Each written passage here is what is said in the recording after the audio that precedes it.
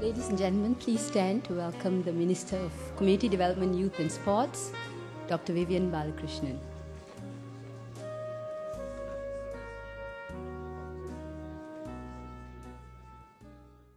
Good morning, Minister for Community Development, Youth and Sports, Dr. Vivian Balakrishnan, Member of the NUS Board of Trustees, Mr. Edward De Silva, Deputy President, Research and Technology, Professor Barry Halliwell, and the Dean of the Faculty of Arts and Social Sciences, Professor Brenda Yeoh, colleagues and friends. Today is a very special day for us at the Faculty of Arts and Social Sciences as we launch the Singapore Research Nexus, an initiative of this faculty. To tell us more about it, may I invite the Dean of the Faculty of Arts and Social Sciences, Professor Brenda Yeoh, to give her welcome remarks and to launch the Singapore Nexus, Research Nexus website. Professor Yeoh.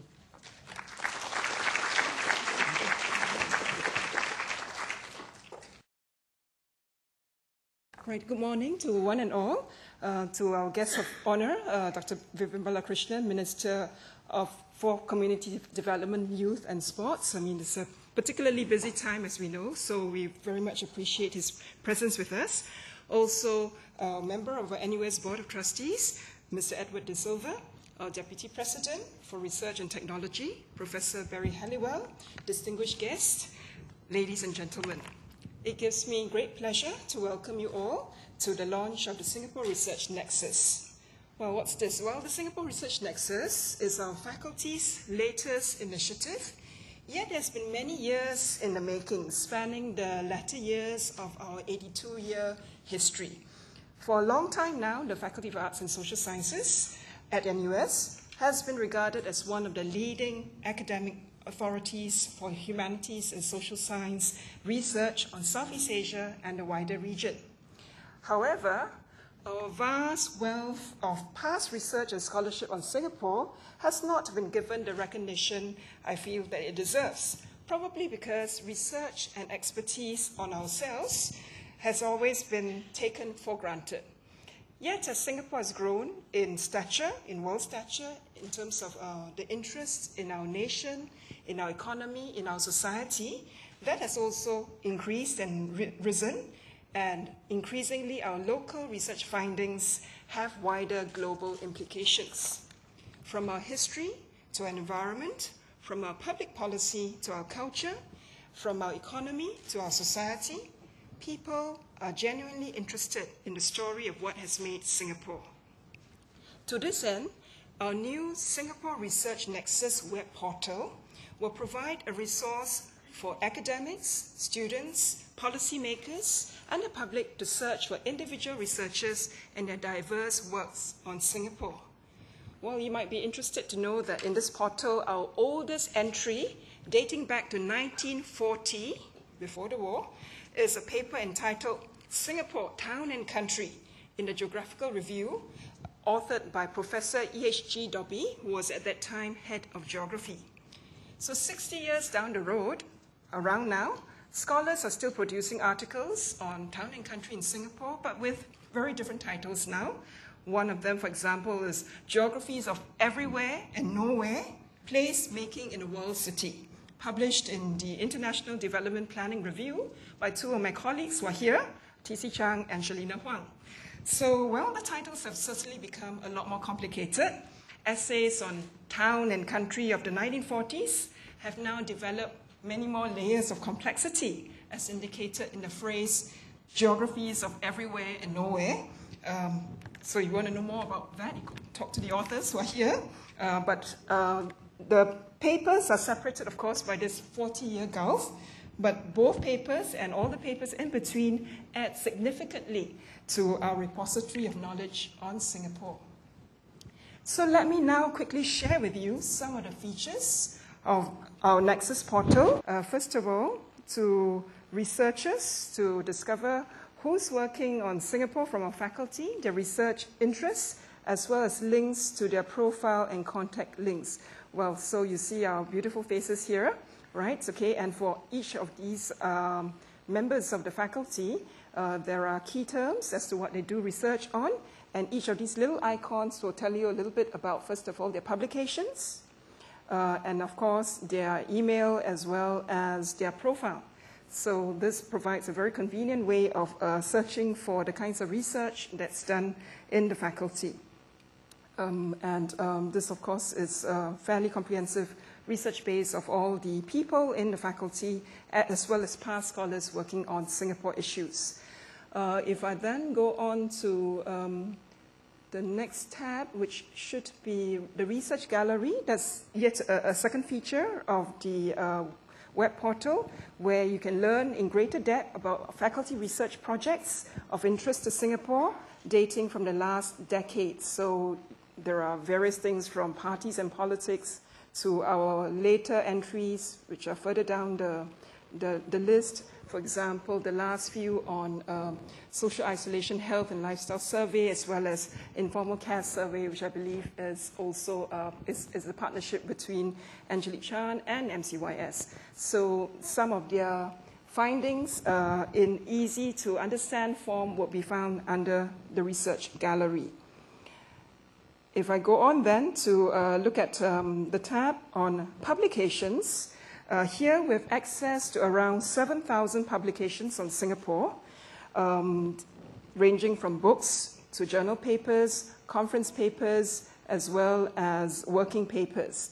And what we hope to do is to enrich this beyond just publications, to look at, to also add creative works as well as research consultancies. Okay, so sure something has to go wrong. I mean, and the publications, yeah, are here. So finally, so there are, believe me, there are 7,000 of these. Okay, although at one point you couldn't see any, but there is, of course, a search engine to look at all these various publications. So, for example, I could submit in the title field. So under here, you can search by various things. I'll just do title and look for, what should we look for? Elderly, right? And a search for that keyword will produce results from the last 3 decades from the departments of sociology, economics, social work, psychology, and geography. So you can see the whole list here of work from past and present scholars on various aspects of elderly care, as well as economics of and institutional facilities for the elderly. So that's one way. Just to take another term, I could also search for theatre. Oops.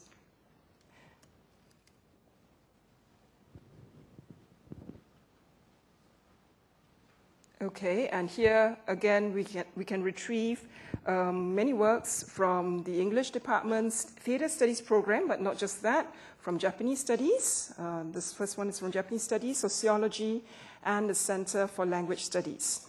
Right? Okay, so just finally, we could also look under different ways. For example, source, where we could look for certain journals, like, for example, Urban Studies, a multidisciplinary journal.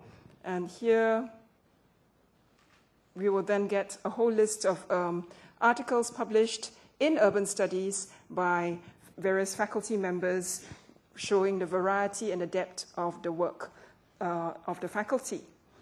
Beyond just our staff members, we also have a section for postgraduates. Here we can look for the full text thesis and dissertations by our recent students. So again, I could type in sorts of any search term and perhaps Chinese to look at who's been working on Chinese issues.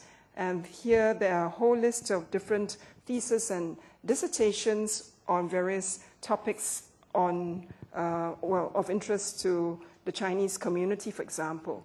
And under each one of them, it's possible to retrieve the full text of the thesis or dissertation by just clicking here. For example, if you're interested in Robin Chee's work on migrants not local, we could click here, and this takes us into Scholar Bank. We have to accept the terms even without reading it. And here we have the abstract for migrants not local, an examination of the lived experiences of Malaysian Chinese in Singapore and the functions of their diasporic spaces. So not only do we have the title and abstract, but you could also access the full thesis under these, if you click on these buttons here, which I won't do because of time constraints. So this service is, of course, provided by Scholar Bank at NUS, the NUS Institutional Repository for digital forms of our intellectual output. So FASS staff publications, such as journal articles and conference papers, are in the process of being added.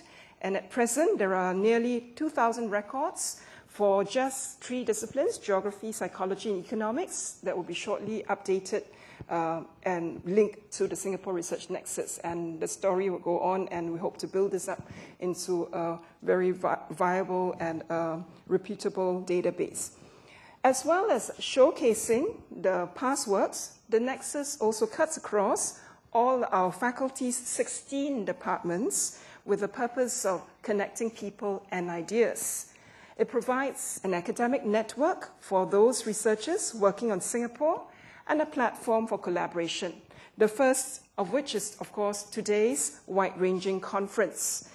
In the morning, we have papers covering our economy, environment, youth, and society, and of course also sports at some point, just to please the minister. But later in the afternoon, a special roundtable on the effects of the mother tongue policy in Singapore, very controversial issue.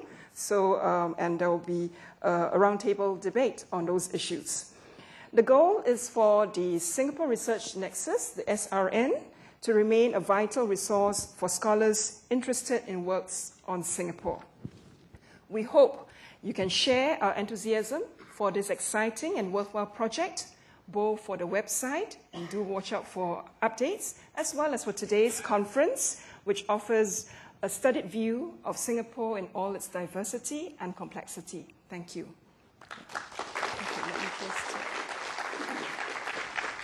Thank you, Professor Yeoh. Minister, always good to see you at our NUS functions. We are very happy to have you here and having made time for us today. But since I have the mic, I have to say something on behalf of social workers in Singapore. Thank you very much for that $20 million. I think true to the helping profession, we are dying to help you spend it. So, let us know how we can help. The minister is going to be giving us the welcome address. So could we give him a very rousing welcome to give us the welcome address?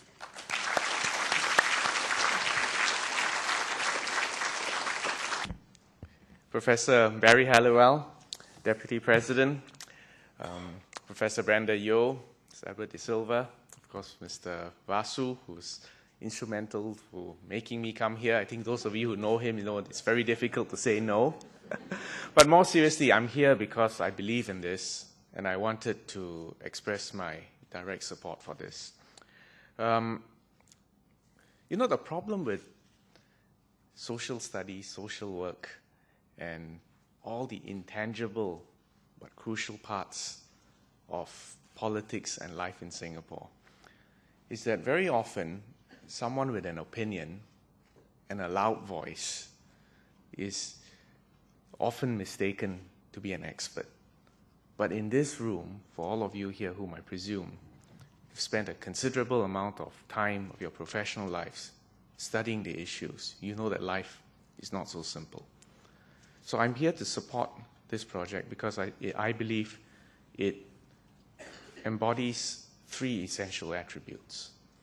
Number 1, in policy making, in policy implementation, and even in academic research, we need a proper evidence-based approach to this. Barry who's from the medical faculty, or at least originated from medical faculty, will agree with me. There are many things in medicine. The practice of medicine cannot be a collection of superstitions or past practices. Everything that we do has to be based on evidence, and it has to withstand the intense scrutiny of academics examining that evidence. So putting all this online, making it available, is an essential step. The second point is that, again, drawing on my experience in medicine, many of the key new insights, the groundbreaking discoveries, the revolutionary ways of examining and solving problems will arise not from, in medicine we have this concept of knowing more and more about less and less. That's basically when you specialize and subspecialize. But I believe that key new discoveries will come more and more in future from interdisciplinary research. And again, I've noticed that the Singapore Research Nexus provides a platform and indeed encourages interdisciplinary research. The third attribute which this promotes is sharing. Again, if you understand that we want to base our policies and our practices on evidence, and that we truly believe in interdisciplinary research, we need tools, we need platforms where information can be shared, can be examined, can be looked at from different perspectives, and hopefully something good, something new arises from it. So for these three reasons alone, the fact that you're setting up a repository of evidence, you are encouraging interdisciplinary research, and you're providing an open platform which I presume everyone can click through, right? Scholar Bank, I noticed, except for that little obstacle of clicking the agreement, which no one has to read, we all have access to it. And my staff are here as well, and I think they will vouch to you that one of my favorite admonitions at meetings is, where's the evidence? And who said that? On what basis did he or she say that? And what implications does that have on our policy making and implementation?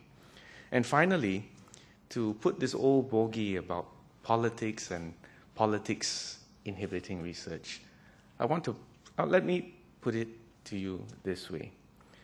Politicians tend to be touchy because especially every 4 or 5 years, we are held to the ultimate test of accountability. Equally, academics also have to be accountable. You have to be accountable to the truth or the perception of truth as perceived by others. So your work also has to be subject to scrutiny, also has to be subject to debate, and sometimes robust debate. But I think if we can get that relationship right, in fact, there is a symbiotic relationship between politicians, policy makers, policy implementers, and academics like you. So what I really want to signal is that we do need this relationship to develop, to grow, and to be grounded on mutual respect and understanding that at the end of it all, we are in search of the truth and hoping to make this world a better place. So on that note, let me congratulate all of you and give you my full support for this. I think it's just stage one. Please proceed to develop this platform and this network. Thank you very much.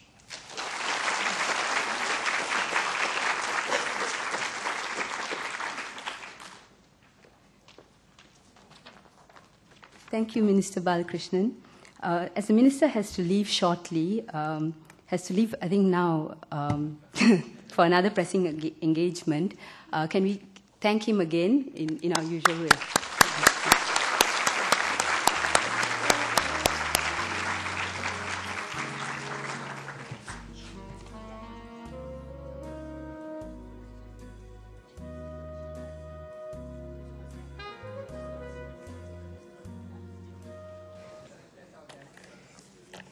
Our first plenary session for the day is entitled Researching Singapore 1.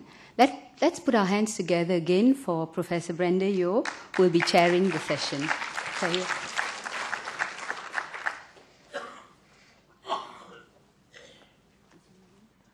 Right, I'm just looking at the comfortable sofas there, but I think I prefer not to sit there because I want to listen to the talks myself. Let me just introduce our first panel on Researching Singapore. And I'm very pleased to say that two of our very own colleagues are here to share their research findings with us. The first to kick us off would be Associate Professor Choon, who is also the Deputy Head at the Department of Economics at this university, of course. She is co-editor of the Singapore Economic Review, that publish and specializes in public finance and the economics of aging. So a topic that I'm sure we're all very interested in, right? Whether it's finance, not so much public finance, but private finance would be good, as well as aging, which we're all going through, and how that actually sort of squares with economics. So, and the paper that she will be presenting, I believe, is also co-authored with another colleague of ours, Albert Sui. And following that, I will introduce the next speaker, who will be from a different department to showcase a different slice of the kinds of research in this particular faculty. So I think without further ado, can I invite Ngee Choon?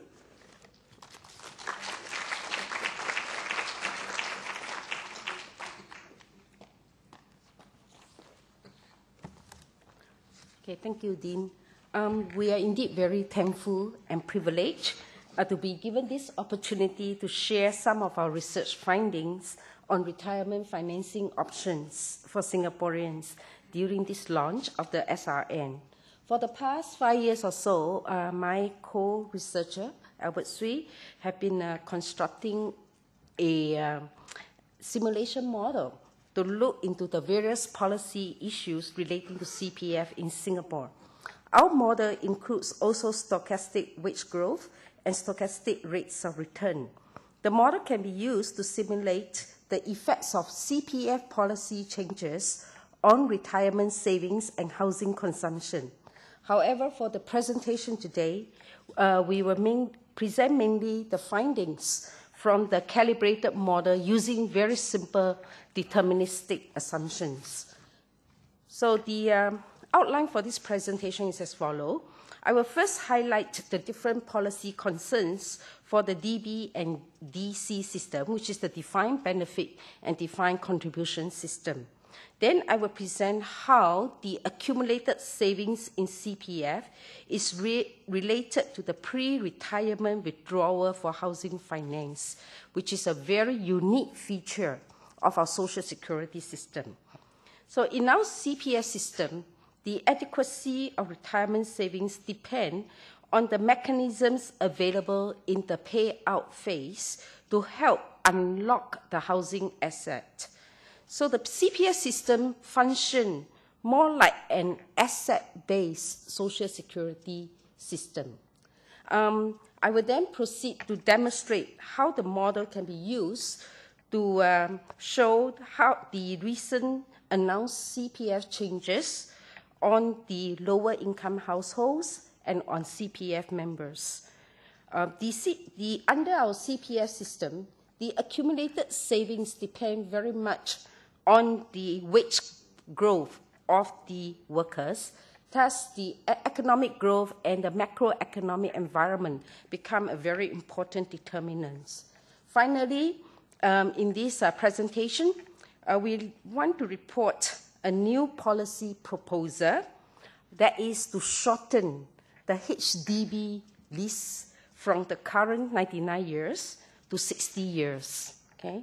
This option may address some of the issues related to consumption smoothing over the life cycle while adhering to the principle of asset-based social security. Very quickly, I will run through some of the, give you a background on social security system. The most common one is what we call the pay-as-you-go or a defined benefit system.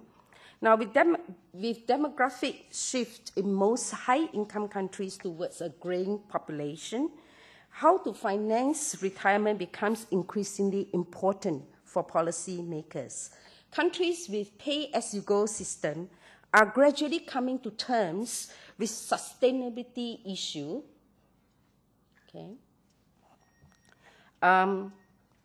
As people entering the brackets as benefit recipients rather than contributors, so this country have introduced old age pension using the DB system when the population were relatively young.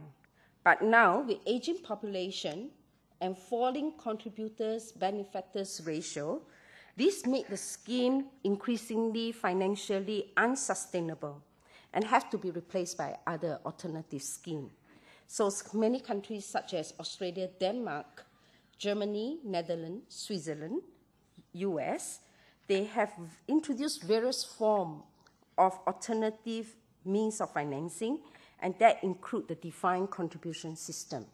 So is defined contribution system the best? Our Singapore system is called the defined contribution system. It has a fiscal advantage because the benefit payout is directly related to contribution. Thus, there will be minimal effects on labor supply and early retirements. It also avoids sustainability problem and averts political cost from unrealistic benefit promises. Given all these fiscal advantages, what are the pitfalls of a defined contribution system? The main issue relating to a defined contribution system is that it exposes individuals to risks. These include longevity risk, that is, you live longer than what your resources can support you. There are also issues with interest rate risk and inflation rate risk. Just now when I walked in, my colleague already told me how inflation had impacted his consumption of mangoes from Australia. So I think the elderly, they are very concerned with this inflation as well. So given this environment and using such a system, the issue is whether a DC system can provide adequate retirement income and protection against longevity risk. It all depends on the design of the accumulation and payout phases. Okay, I must say that one earlier criticism of the adequacy of the CPF system was this lack of mandatory and annuitization. People, when they reach 55, they make a lump sum withdrawal and spend them all and had nothing left for retirement.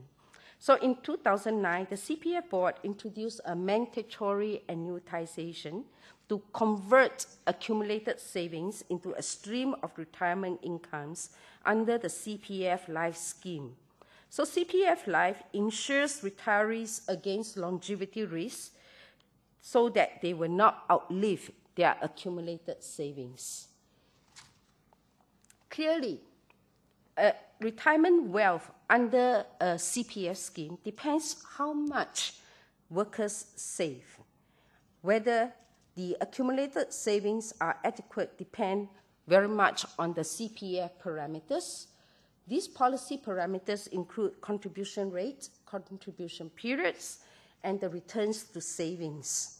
So in budget 2011, we all heard that the contribution rate will be increased to a total rate of 36%, and the salary ceiling was also raised to $5,000. Later on, I will show you the impact of such announced changes on the CPF members.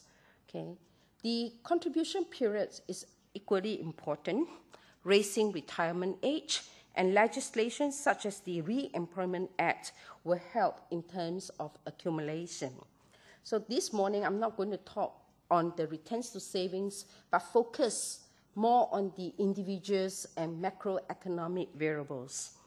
The accumulated amount depends on the starting salary, salary growth, and issues of unemployment episodes experienced by the workers. Before we get into the result, I need to highlight this very unique feature of the pre-retirement withdrawal and this unique feature of the CPF HDB link. Now, HDB, you can see the familiar logo here, and this is CPF board, many keys to lock our savings away safely, hopefully, okay? So HDB provides mortgage loan to buyers at a concessionary rate, and buyers, the homeowners, or most of us here, we make monthly contribution to the CPF board. So we take a loan from HDB, but we don't pay HDB directly. We make contribution to CPF, and CPF will remit payments to HDB. Okay? Now, this is a very special arrangement because CPF board invest in Singapore government bonds. And this is, we know this is with the GIC, the MAS, and broadly known as the government, who in turn gave housing development loan and mortgage financing loan to HDB, including the annual grant. So this allowed HDB to provide subsidized public housing to the majority of Singaporeans. Okay. Now, allowing pre-retirement withdrawal have lifted some of the housing financing problems on the demand side. Okay. But a main criticism of the CPF board system is that we seem to have a very high contribution rate at 36%. Now, compared to countries with a defined contribution pension system, this overall contribution of 36% seems high.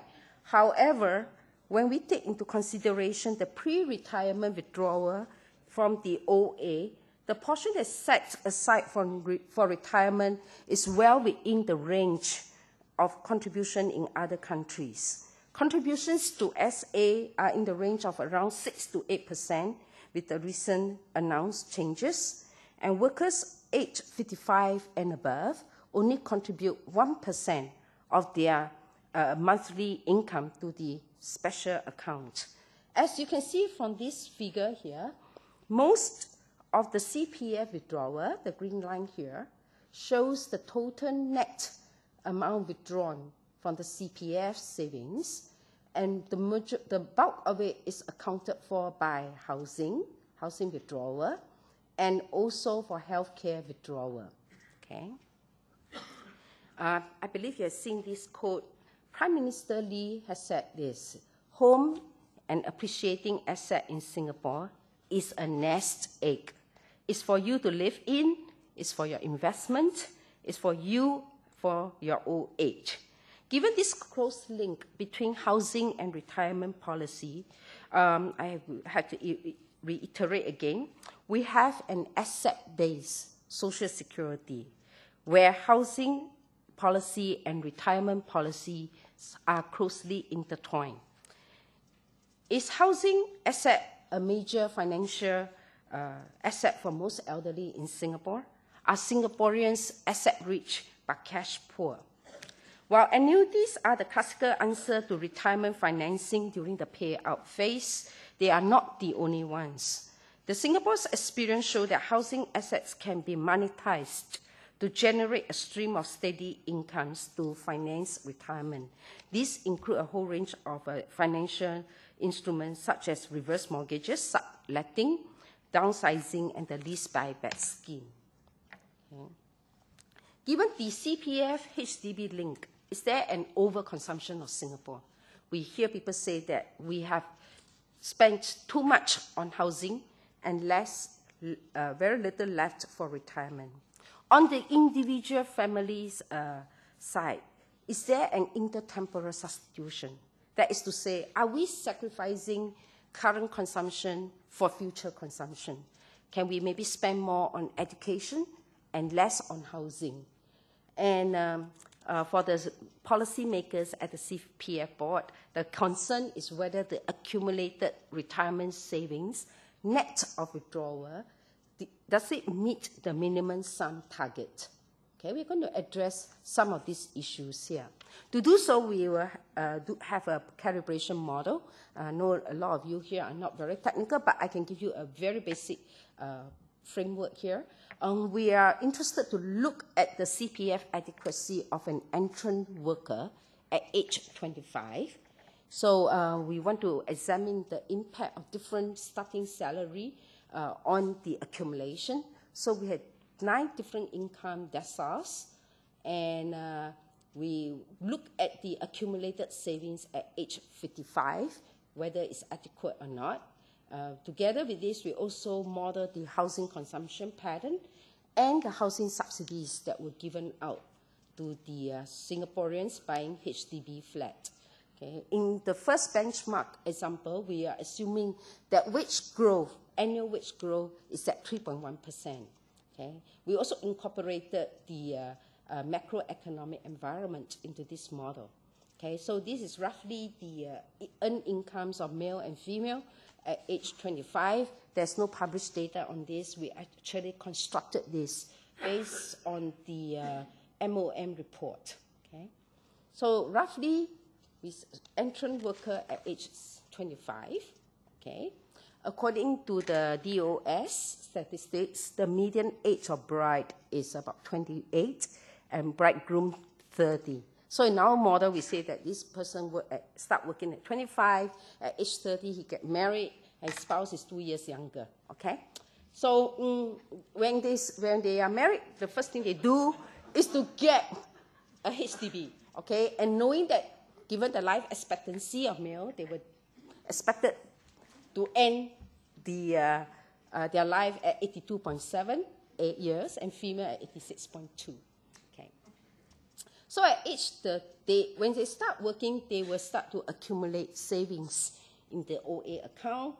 At age 30, or when they get married, they draw down all the OA balances to buy a HDB. Okay? So if they buy a smaller flat, we will expect a higher accumulation, all right, in both their SA, special account, and ordinary account. So this will be spent down to finance their retirement for male and female. However, if they buy a bigger flat, more financing and less accumulation, okay? So the HDB survey of the elderly shows that the majority of the elderly regarded HDB flat they live in as one of their main assets. For the current elderly, those people who are 65 and above, 83% of them said that that will be their major personal asset. But the survey on future elderly, these are people who are 55 years and above currently. They are considered as future elderly. 93% of them say that their personal and most important financial resource will be the HDB flat they live in. Okay? The current elderly said that only about 30% said the CPF savings will be an important financial resource, but compare this to the future elderly, 56% of them say that CPF savings will be their major financial resources. Okay? So you can see that over the years, the CPF savings have become more and more important as a personal asset for elderly. Compare this to annuity. The annuity market is still not very, very popular. Only 6.3% of the more educated current elderly would consider 6.3% of them would consider annuity as a personal asset for them. Okay.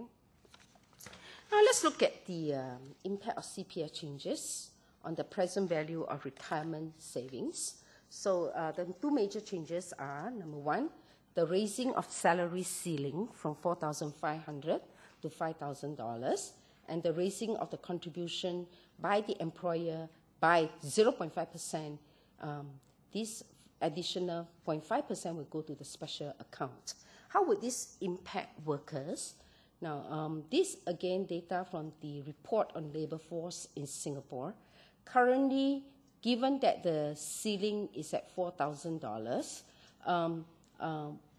workers, these are workers by age group, and this is by their income ranges.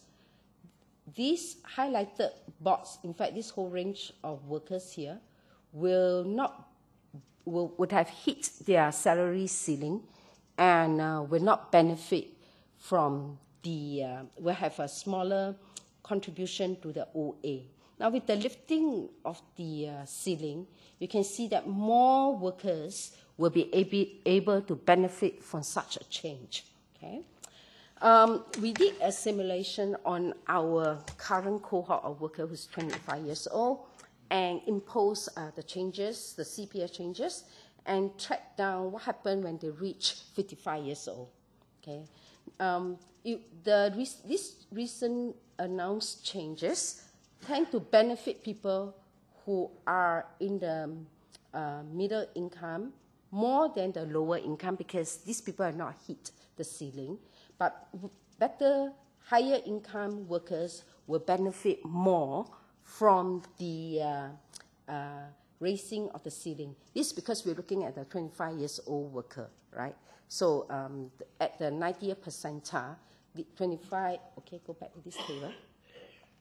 You notice that if you are young, if you earn $5,000, you're considered as a top 20%, okay? Of course, when you're older, then you earn $5,000, you are at the 78th percentile, okay?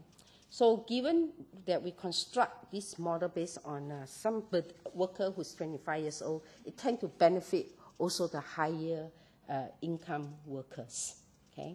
Now, I think what is more exciting in this budget announcement is the special CPF housing grant for low-income families, right? The government had introduced a special CPF housing grant to help low-income families making a first-time purchase of built-to-order flat. This is on top of the existing enhanced housing grant that they enjoy, okay? The SHG, the special housing grant, will be provided to families who earn up to $2,250 per month, okay? This would make housing more affordable and open up more housing choices to them, okay? There are other 2 points that I will highlight later, okay? Look, this is the current form housing subsidy that's available to lower income people earning less than $5,000 a month, okay? Let me maybe give you some background on this housing grant. This was first introduced in 2006. This is a form of housing subsidy to make public housing more affordable. For first-time home buyers, if they buy a resale flat, they will get a housing grant of $30,000 to $40,000, depending on the proximity of their flat to their parents. On top of this subsidy, there is an enhanced additional CPF housing grant which is means tested, okay? But those people who are buying the new flat directly from HDB, they are entitled to a market discount, which is a kind of subsidy. On top of this market discount, they would have enjoy the additional CPF housing grant, okay? So you can see that if those people who get less than $1,500 per month or less, they are entitled to $40,000 housing grant, okay? I believe it's very hard to remember the numbers here, but roughly a 2-room flat on average, these are new built-to-order HDB flat, is about $92,000, 3-room $160,000, 4-room $250,000, and 5-room $340,000. So those people buy new flat, they would enjoy the additional housing grant. Those people buying the resale flat will have the CPF housing grant and the additional housing grant, okay? So how about this special CPF housing grant? It's supposed to make housing more affordable, give people more housing choices, and at the same time, I want to highlight that it will release resources for current consumption with a lower monthly housing installment, okay? We calculated that for every $5,000 reduction in the loan quantum, okay, there's a one-time off savings from a grant of $5,000. This will help households to save $20 per month in terms of monthly housing installment. So $20 doesn't sound like a lot, but if you put in the the enhanced housing grant plus the $5,000, the blue line here indicate people who are earning $1,500 or less. This would release 12%, okay, of their income for other consumption other than housing, right? So for the lower income household, just an additional $5,000 special CPF housing grant together with the existing grant would release their resources on other consumptions by 12%. Okay? If CPF board is very generous and would give them $20,000 CPF special housing grant, this would increase the consumption by 16%. Okay?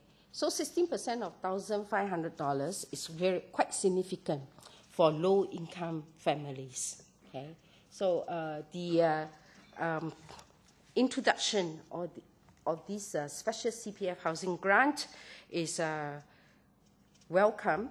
It's really a good news for the lower-income people, especially if the grant quantum is big enough for those people who are currently enjoying the additional housing grant. It means that their disposable income available for spending on other goods will be raised by about 8.7%. Okay? That is in the short term.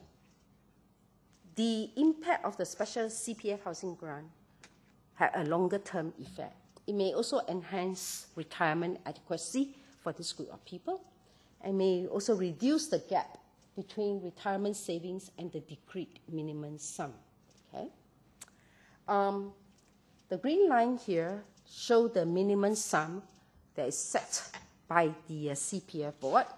Minimum sum has a history. We know that the CPF board introduced this minimum sum to ensure that people will not withdraw their entire CPF savings at age 55. They can only withdraw their savings after setting aside the minimum sum. The minimum sum is to ensure a subsistence living support upon retirement. Okay? Currently, it's about $134,000. Don't forget, we are looking at somebody at 25 years old today, looking at the future 30 years. So we have actually considered the inflation factor into the calculation as well.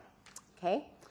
So the figures here show the housing consumption. Okay? You can see that as you buy a bigger HDB flat, you have more housing commitment. Your present value of your future retirement savings will fall. Okay? Again, this is accumulated CPF savings up to age 55 and discount back to today, so that it's all in today's dollars. Okay?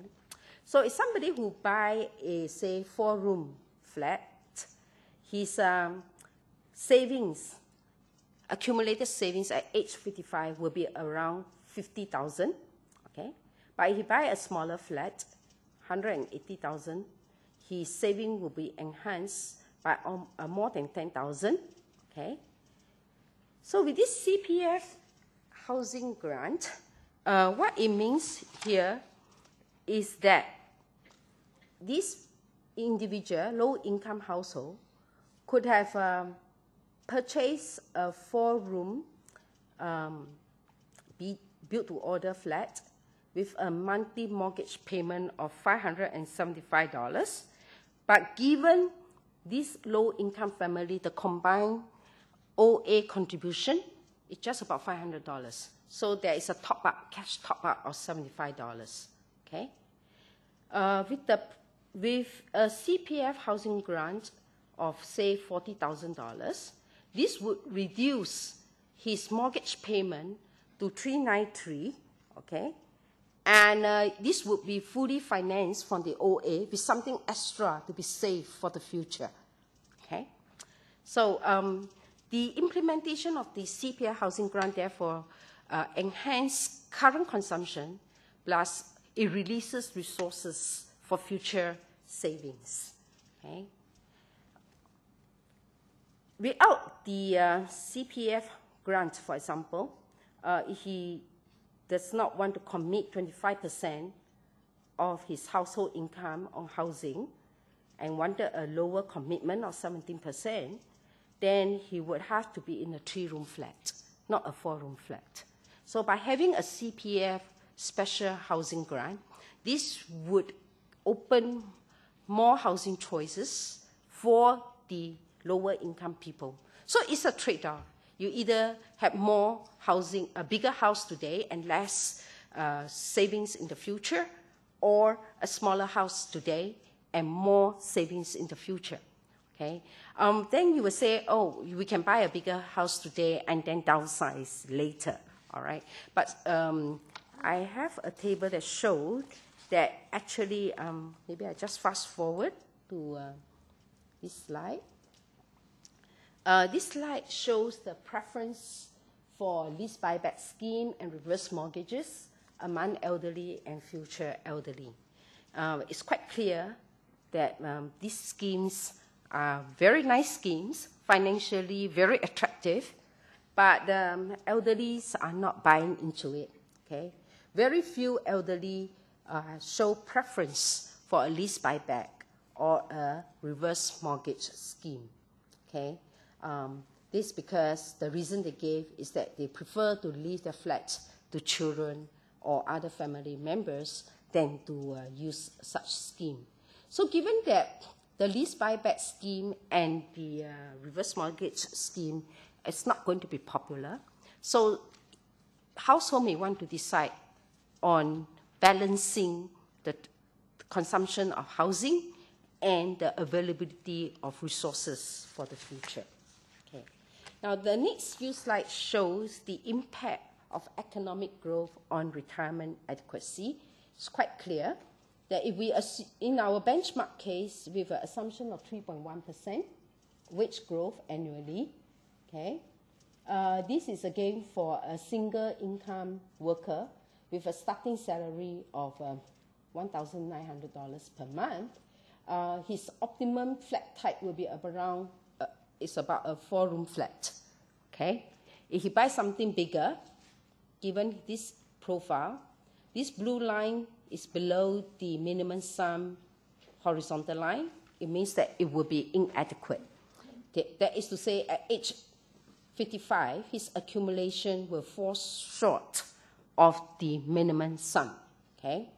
So, so if the wage growth is much slower, for the same starting pay of $1,900, he can only afford a 3-room flat. However, if we have an accelerated economic growth, then he can move on to a bigger flat, all right? So this is the deviation of the present value of savings from the CPF minimum sum, okay? I think come to this part about shortening the HDBDS. We'll not bore you with how it's calculated, but here we show that if we were to shorten the current HDBDS from 99 years to 60 years, it will reduce the loan quantum today, and therefore it will be a lower monthly mortgage payment in time to come. And you can see that with a shortened lease, the blue line here shows that if the lease is shortened to 60 years, people who in the past, before the 99 years lease can afford a 3-room flat, can now have a 4-room flat and will still be adequate. Okay. The numbers here will demonstrate this. Just show you one example. If you have a 3-room flat, 99 years lease is $160,000. Now, with a 60 years lease, for the same $160,000, you can actually buy a 4-room, okay? Because the lease has shortened, the price of a 4-room 60 years lease is the equivalent to a 99 years lease 3-room, okay? And you can see here that the monthly mortgage payment is roughly the same, but it will release there will be savings per month, as you can see in this column here, because right now you're only spending 30% instead of 33% of your monthly income on housing. Okay. So this, in summary, whether a DC system can provide adequate retirement income and protection against longevity risk depends on the design of both the accumulation and the payout phase. So the accumulation of savings depend crucially on the parameters set by the CPA board and individuals' earning profiles and housing choice. Given this CPF HDB link, it is necessary to assess the adequacy of CPF together with housing equity. Okay. The special CPF housing grants for lower income household will reduce the lower loan quantum and the monthly mortgage payments. It will enhance the retirement savings and helps release resources towards non-housing expenses, which I think is extremely important for low-income families. Okay, we should. This is a proposal on shortening the HDB lease to 60 years may also help to address some of the issues relating to consumption smoothing over the lifetime, while letting individuals accumulate the HDB flat as an asset. Okay. With this, I stop. Thank you.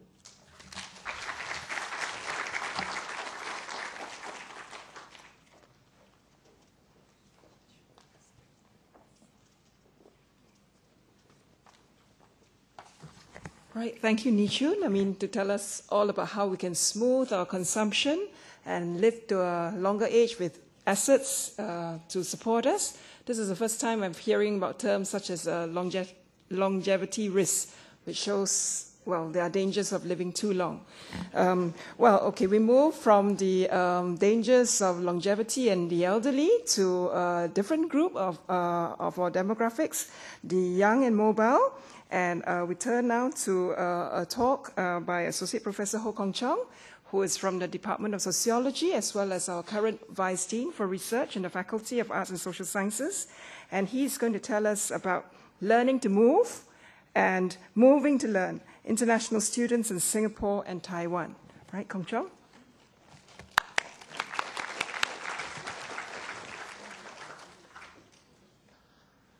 Well, the bad news is that we are behind time. And the good news is I'll speak 4 times as fast, and we'll have our coffee break. The other difference is that, in contrast to my economics colleague, sociology tends to be more colorful in the use of images. Good morning, everyone.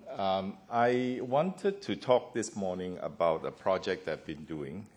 This is not a single-person project, although my name only appears here. It's a paper that I'm doing with my colleague in Taiwan, Sandra Ma, but there's a larger team of about 12 persons, including Brenda Yeoh. This is an important set of statistics because it tells us that Asia-Pacific, particularly the Asia side of the Pacific, is experiencing what I call a different moment. If you look at statistics between 2000 and 2001, and then you look at more current statistics, and this is as current as we got, you can see that in the first period, Singapore never had a light blue bar. Neither did Korea, neither did China. Japan has been a traditional market, mainly for China students, but you can see the growth. So if you look at this, compared to established markets in Europe, in Northern America, in Australia, you see in East Asia, Southeast Asia to some extent, a new movement, a new market, and US is implicated in this, but our neighbors in Japan, in Korea, in China are doing the same. So this second moment we call, the first moment I suppose in higher education was the moment where our universities basically modernized. This second moment is the internationalization phase, and international student statistics give you a good sense of this second moment. This is just something that we do in order to get a sense of what universities have to go through, and this is what our project involves. We understand the movement of students in response to trends in economic globalization, where people are, working in jobs in other countries. This desire for students to have to be world ready, to be able to take opportunities in workplaces outside of their home countries is one reason why they're moving in such large numbers. So there's student mobility and internationalization of universities, and the set of things behind there gives you a sense of what universities have to go through. The research and publications have to change international. This is all very familiar to us in NUS, isn't it? Because we've come under this regime, international recruitment, medium of instruction. I'll talk more about that later. A curriculum that is more internationalized, and student exchange and student movement. Now, so the title of my topic, Learning to Move and Moving to Learn, requires us to understand a couple of things. It requires to understand the place context, where students are coming from, the kinds of motivations they have, to some extent depends on their home country situations, but also depends on the attractions of the host university. We also need to understand their biographies, how their education trajectories, their family background, and so on. So if we put this as the context, then a couple of things become important. The idea of moving to learn requires, firstly, acquiring information, requires us to understand, the sources of influence. And so this is the first set of comparative statistics that I want to show. So if you look at Singapore and Taiwan, and we asked them in the surveys what kinds of sources of help, advice, and information. I won't run through everything, but just point out, the significance. Look at how much the Singapore government is doing in terms of our efforts to try and recruit international students elsewhere, and this is half from our Taiwan sample. But on the other hand, if you look at the kind of information provided by the school at the place of residence, the second column, Taiwan becomes more significant. And I'll take this opportunity to show you a photo. This allows me to tell a number of stories, to tell you a story. That's me, that's my co-author. And this bunch of young people are from the Malaysian Chinese Association. And we interview a number of people, including student associations. What is interesting about this group is that the alumni of Malaysian students in Taiwan is even older than the Taiwan Student Association. So there's a long history of movement. And what is important in this are the Chinese middle schools in Malaysia, and how they continue to be links for their students to go to Taiwan. And there are two other stories. The first story has to do with an interview I did from a student from Johor, and he enrolled in a very prestigious medical school. The competition is fierce. He told me of his trials and tribulations, but I turned around and said, "Look, you're from Johor. Singapore is just across the border. Why do you go to Taiwan?" He turned around and said, during my first year as an international student, Ma Lingju called us up. And one of the first things he said is, 回国念书. So to Malaysian students, the idea of going home to study was a very powerful factor. And if you factor behind that, the long history of senior students going there, coming back and encouraging their juniors to go, you get a sense of how middle school in Malaysia plays this important role. The second story I want to tell is this young woman here, there. She's the vice president of the Chinese Student Association, but she's Taiwanese. So you ask yourself, what is a Taiwanese student doing in the Malaysian Chinese Student Association? It turns out that her dad actually went to Ipoh when she was a young child, and basically she finished all her schooling in a Chinese school system in Malaysia. But she's going home, but she continues to maintain her identity with this group, which is interesting because it gives you an idea of how, again, the Chinese middle school system continues to be a source of identity and a source of support for its own students. So much so that a young person like her, who spent some time in the Chinese school system, cannot fit back in her home country, and therefore continue to maintain with friendship patterns with the Malaysian Students Association. Now, the second set of figures I want to show you is once you have made the decision to study outside of your home country, then there is this thing that you go through in terms of choosing a university. And what are some of the reasons people give for choosing to study overseas? And this is based on a survey that we've done in actually 9 universities by the time we're through. But I'll show you data from 3 universities. It gets very complicated. We told our partner universities that we will not do ranking, but I think so. I've disguised the actual name of the universities in other countries, just NUS. The intention is not to make NUS look good in relationship to other universities because there are different strengths.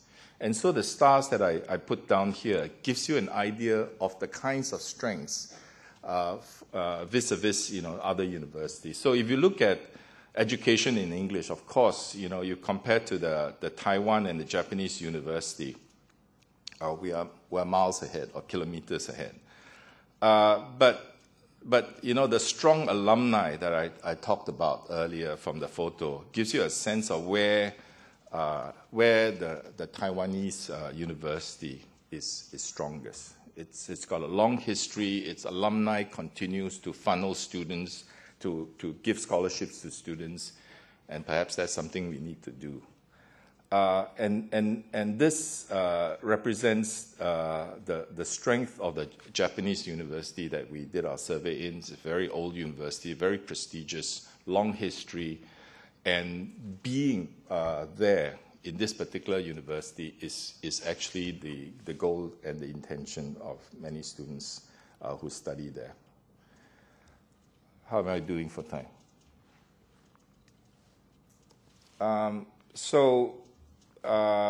Learning to adjust is another thing that we looked at. And this, instead of working at the university level, we asked students about their impressions of the choice of the city. So when we think about young people and we think about their decision to move, their decision is not just based on the university they choose. Very often it's based on the country and the city they want to be in. And so here you see another example of the comparisons between 3 cities. Singapore, we know, is very safe. And this particular impression is also registered in the international students that we surveyed. But in terms of good social and recreational facilities, is actually Taipei. that seems to be doing much better than us. And when it comes to having friends in the whole city, is again, going back to networks that I talked about earlier, again, is Taipei.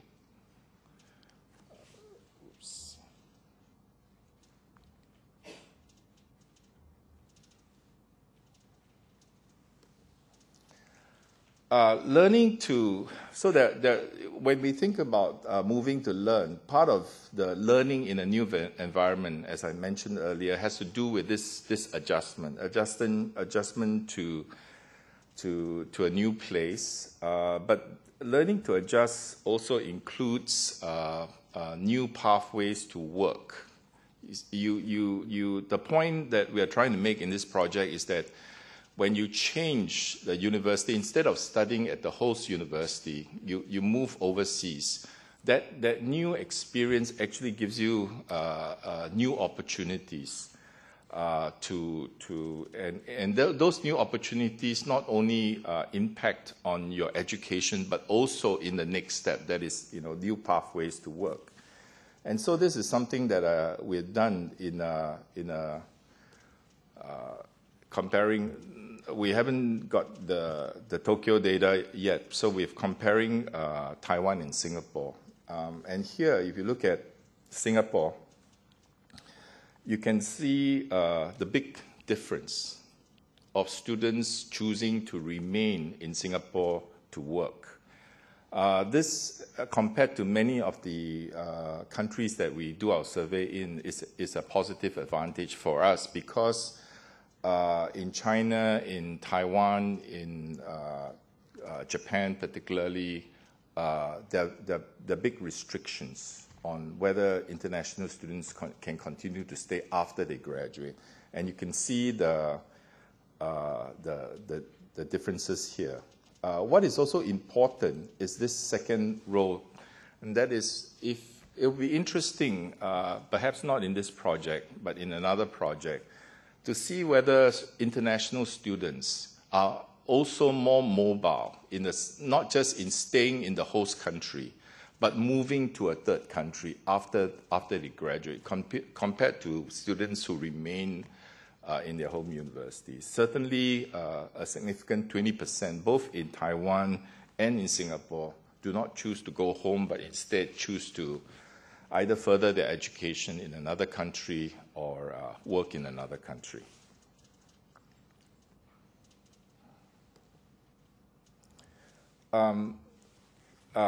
Part of this learning to adjust from a sociology of youth perspective, it's also giving up a set of friends from your host country and forming new friendships giving up your friends from your home country and forming a new set of relationships in your host country. And this was something that was kind of interesting, because we have found that, if you look at the social networks of students, the big problem, and we like to think, I think the administrators in our midst, when we think about internationalization policies, we like to think that when we send our students overseas, they will make wonderful friends with the host country students. We found that that's not really the case. They are more likely, of course, to make friends with co-nationals, friends from home country, but they're more likely to make friends with other international students than with students from the home country, from the host country. But we found an interesting relationship here. That is, and this is only for Southeast Asian students, a subsample, because it's for another paper I presented somewhere else. And if you look at, the group that is, if you look at the group that is willing to stay or intention to stay in Singapore, this is the Southeast Asian students studying in NUS, okay, willing to stay in Singapore to work, versus after graduation they leave. You can see that the number of Singaporean friends are much higher, and the difference is significant. Now, we can't attribute cause and effect. We can't say, well, it is because they made a lot of friends, therefore they choose to stay in Singapore. or we cannot say the reverse, that is, they have already an intention to stay in Singapore, therefore they deliberately go out and make friends with Singaporean students. But it's a happy kind of thing that whatever the reason is, the ones who choose to stay actually have very, very good networks. And so, we see their integration into not just the Singapore economy, but Singapore society quite positively.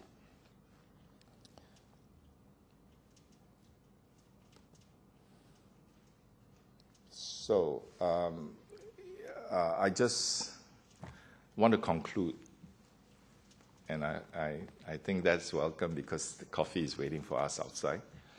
I want to conclude by saying that we look at student migration as a critical moment. So if you look at young people and look at their trajectory through life, especially in their transition to adulthood, studying in a foreign university represents a significant critical moment in this transition to adulthood because it brings with them new kinds of opportunities. And so I'll end with a quote from a student actually in the Yong Lulin School. And this is actually an account that she gave to one of my students who was interviewing her for a term paper. And she talked about how going overseas changed her life dramatically. She had tried to apply to one of the best universities in Shanghai. She didn't get accepted, so she came, a bit disappointed with her rejection. She came to Singapore. She tried the polytechnics, but at that time, she wanted to look at management. The fact that she was a talented musician was not something in her career plans, all right? And so when she came to Singapore, she learned about NUS, she learned about the new music school, and she enrolled. And based on her talent, she got accepted, and now she has a new set of aspirations. So in a sense, she says in the end, coming to Singapore and studying in NUS was my second chance after the Jiao Tong rejection. And she says, I believe this career in music was something that is good for her, and she wants to be a musician. The point to take away from this particular account is this, and that is, I think for many of us, the kinds of students that we have in our classes, the international students we have in our classes, the fact that they are here, or our students going abroad to study in other universities, maybe creates new kinds of opportunities, new kinds of experiences that they have never otherwise could have if they're at home. And like this particular person, this new environment and these new opportunities present for them a significant shift and therefore a critical moment in their lives. So I'm going to stop here. Thank you for your attention. Thank you very much. From the longevity of the elderly to the mobility of youth, we've heard it all now. So it's not quite coffee time yet. We would like to give an opportunity to everyone to ask questions of our speakers. So if I could invite our speakers to come on stage and take their seats. I mean, we'll just have about 15 minutes or so of questions. And if you would like to ask a question, please go to the mics that are provided for on either side of the auditorium.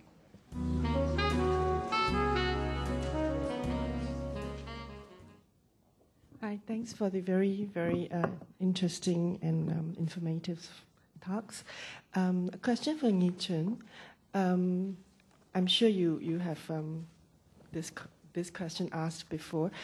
If you're changing from a 99 years to a 60-year-old list, can you still call it an asset-based security? Because people are looking at living up to 80 odd years. If you get your house at 25, you actually finish your list by then. I have actually spent quite a bit of time thinking about this. Okay, in his lifetime, he will still accumulate an asset. right? You don't, because from the data shown, most people do not like to do a lease buyback because they prefer to sublet or downsize. So I still think it's an asset base because you can move to a bigger flat, and then when you're older, you can sublet rooms in your flat. So that is also one means of monetizing the housing asset. Okay. Right. Yeah. Or also be in a bigger flat. Hopefully by then the 60 years lease HDB would have increased in price, and you can just sell it with the, no, I'm not sure what policy implementation there need to be, but the person can always also sell whatever remaining and then downsize to a studio apartment. I know Beng Huat wants to speak, but I need to give preference to the elderly. Anne, Anne, do you want to speak first? I just have a very, okay, right. Very simple point. Okay. No, to ask Ngee that on a 60-year lease, you are assuming that the cost will be lower than a 99-year lease flat, right? Cost, in order for cost it to be, to the buyer is lower. Yeah. You assume that that would be the yeah, case. According to the Singapore Land Authority leasehold table, a 60 years lease should be 83% of a 99 years property. Yeah. So it would be a saving of almost like 20% upfront. Yeah. So Beng Huat, to follow up your question, or all right, okay. So Anne, you wanted to ask?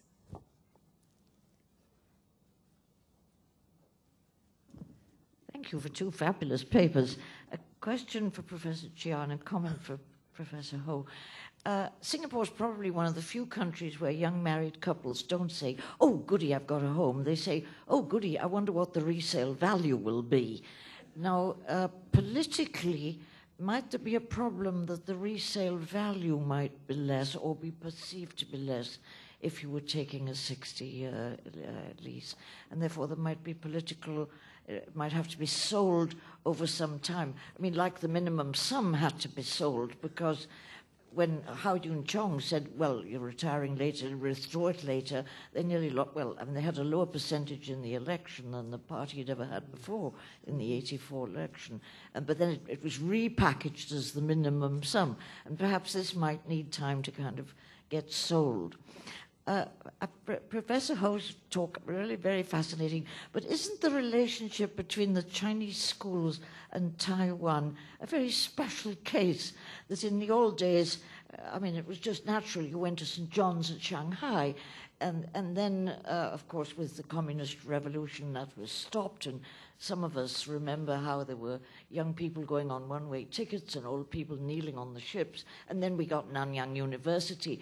And I wonder whether 1980, when Nanyang was merged, whether there was an extra surge, because undoubtedly Nanyang had a lot of Malaysian students when it was Nanta, and I wonder if there's a time change in the percentage or the numbers of students from the Malaysian schools that went to Taiwan after that. But I think it's a very special case. Thank you. Right. If Ngee, would you like to respond to that? I think it's a very, very tricky question because the value of a property depends not only on the lease, the tenure, but also on the location. Right. In fact, in these simulation studies, we realized there's a huge range in the price of similarly same size HDB in different locations at different prices. So I would perceive that it could be possible that a resale flat could be cheaper than a 60 years lease. But I think it's going to be quite unlikely. Yeah, because looking at the historical data, the resale flat in certain mature area, yeah, the prices are just very, very high. Yeah. Did I understand you correctly? No, I'm sorry. My point was that when you bought your flat from HDB, you would think, if I want to sell it, the resale will be lower, the less value. Oh, I see. Yeah. I guess this is a consumption choice, and people have to decide whether they want to put up money up front now more And probably in time to come, hopefully there's a market. Now, it's just something that we think that we can consider to help the lower income people to buy a home. Yeah. But I think people who have means, they would not go for 60 years, they would rather go for 99 years. And people who go for 99 years will go for 999, and 999 go for freehold. I think it's just that it's a spectrum of consumption that is available for people to choose from. Yeah. I think what we are getting from the interviews in Taiwan is not just Malaysian students, although that's a major market, but also students from Indonesia, from Vietnam, and so on. So there might be a search, but it's something we have to look at. But I think the looking at the flows, it's not just one country. It's actually the Chinese in Southeast Asia that we're looking at. Professor Chia, I think in your analysis, you have not taken the intergenerational sort of a thing. Because if I had bought a flat at 7,800 today, or 20,000 or 30,000, the implications is quite different. So I think that issue would have to be looked at. Two, you are assuming that the assets will all continue to increase, right?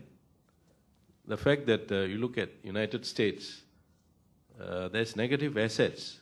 After a while, you come in, there's an intergenerational value to your asset, and you come at a point of time where you purchase at the high end. Say 15 years ago, you had come in, you had bought a flat which is very high. So those are some of the issues where the issue of demand there, market demand for those assets that you have, are issues that I think is indeed relevant for your pricing and for your old age retirement. And I feel that maybe your comment for those issues would be quite interesting to know. Two, I think for Chong, there is this language issue, which is very critical because in Malaysia, most of the schools teach Mandarin. In Indonesia, you go to an Indonesian Chinese school, and that probably has a implication for people's choice of where to go. And Taiwan offering Chinese as a base would be quite attractive for these people from the region. Thanks, Vasu. I think you have rightly pointed out that one of the reasons why we are not seeing the lease buyback being picked up is because parents would prefer to leave their assets to their children. This 60 years lease would be good to support the person until maybe by 30 years old. So that person will be around 90 years old, right? Yeah. Presumably with longevity, then he will just stay in there. But you look at the HDB survey, it's quite interesting that people who are in a larger flat type, they indicate the preference that they would like to downsize or do other mechanisms to monetize their housing asset. But people who are in the lower income, smaller flat, although the lease buyback is available, they would not do so because they would still think that their children will be the one who support them. So I perceive that such proposals, 60 years lease, will not be popular among people with children. But how about those people who are single, right? If they are not married, 60 years HDB lease will be quite attractive to these people. Yeah. So if there's no bequest motive, I think 60 years lease HDB will be doable. But if there's a bequest motive, then I think it will not be popular. Thanks, Vasu, for your comment. The language issue manifests itself in two ways, which are quite interesting. If you look at Taiwan and its capture of the Chinese market in Southeast Asia, that position is being eroded because the universities in China are doing that, and a lot of Southeast Asian Chinese-speaking students are now moving particularly to southern China to take advantage of that. The second thing about the language issue is also looking at the old and new stream. Chinese-speaking students going to Taiwan is the old stream. So is ethnic Koreans in China going to Korea to study the older traditional stream. And that is being replaced by a newer stream that's more international. And that itself is also creating conflicts between two groups of students. The groups of students who feel that they have a rightful place in there as international students versus this new group. And with this new group, universities, particularly in Korea, Taiwan, and Japan, are being forced to teach English. And there's a set of conflicts there as well. How do the universities, in their attempt to internationalize, teach in English and to some extent, destabilize an existing system?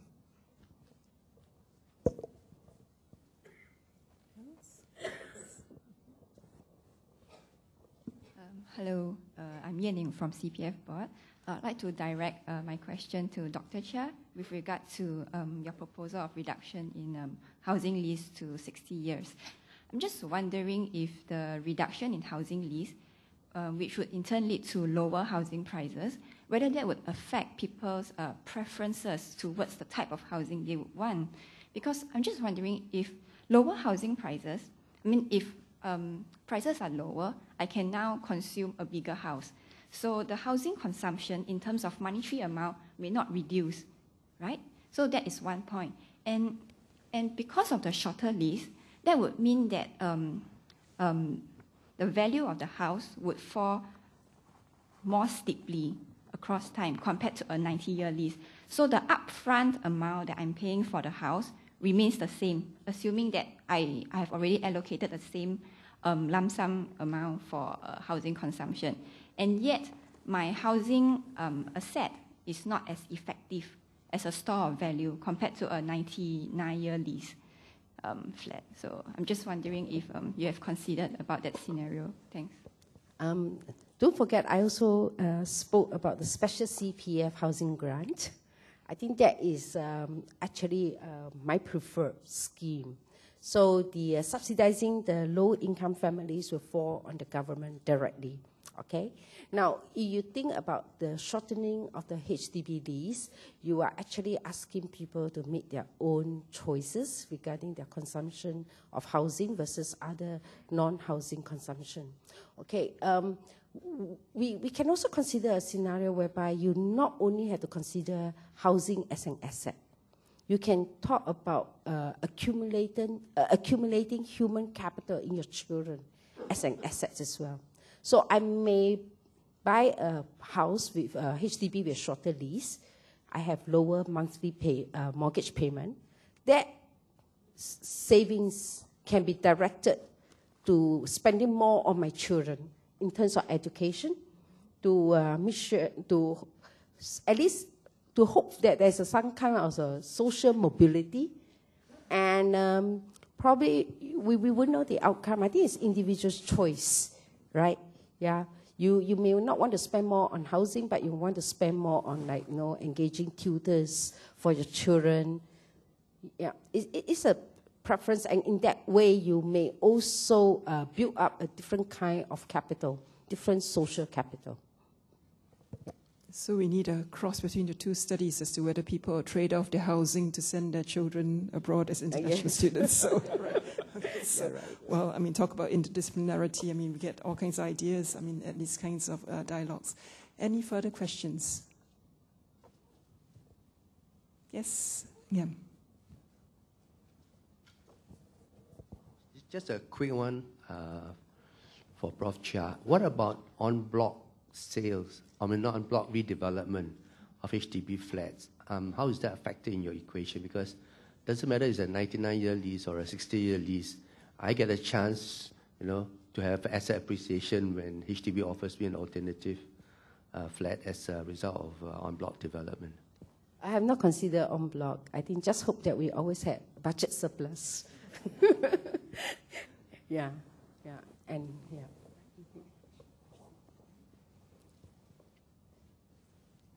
Morning, I'm Raymond from Yeoh. I want to ask a question about this housing phenomenon. From what I see, your research is that assuming that this low-income family, they may hold a flat up to their old age. But I noticed the trend that nowadays, on average, I see Singaporeans hardly hold a flat for a lifetime. I mean, I stay in a block of flats, I see my neighbors keep changing. So, I don't know the figures, but I think average people change house about 3 to 4 times in a lifetime. So how does that impact this so-called consumptions and the income level? And the second question is, how about the factor about social mobility? I think this family don't remain low income forever. Some may actually move up. That's why they upgrade. So how do we explain this upgrading phenomenon too? Thanks. Yeah. The HDB survey actually showed that the aspiration for upgrading is very strong. Yeah. Not only from smaller flats to bigger flats, and then from bigger flat people to private condo. I think this is the phenomena of Singaporeans in an island. Property prices had no way, I mean, so far historically, it's only in one direction, that's going north, right? So this phenomena of people changing flats a few times is also policy generated because the HDB now allow people to have 2 bites of the cherry, okay? So I think this analysis by itself have to be studied together with other HDB policies as well. Yeah. Thank you. I think we had a really stimulating session. I mean, I'm sure there are many more questions because these are issues which are really close to the Singaporean heart. I think housing as well as education. But it's time for coffee. But before we do that, let's thank our speakers, Ngee, Choon and Chong, for a very stimulating session. Yeah, thank you.